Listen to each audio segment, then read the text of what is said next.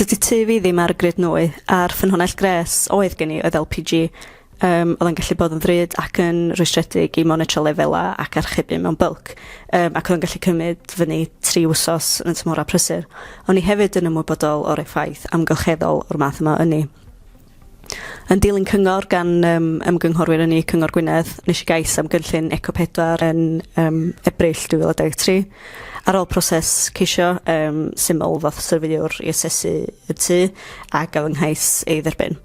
Nath nhw argymell mod i'n cael paneli solar a pwmp gres ffynhonnell aer. Nath nhw osod o dim ym mis Awst dros 4 diwrnod heb awr o darfu, a nath y gosodwyr dangos i fi sut i ddefnyddio system newydd a defnyddio apps ffôn i rheoli pethau pan dwi ddim adra o bell. Erbyn hyn, dwi'n defnyddio'r system newydd i'w llawn potensial. Mae gen i dwrpaoedd ymlaen trwy'r amser a gres ar gost llawer is nag o blaen.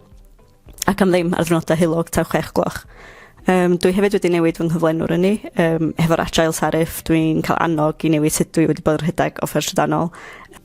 Cyn gyntad, mae paneli solar wedi siarjio fyny. Dwi'n rhoi teimar ymlaen i ddefnyddio pethau fel peiriannau golchi a llestri am ddim. Ar nosweithiau, dyddiau cymylog, dwi'n defnyddio Ynni pan mae costa trydan yn isel.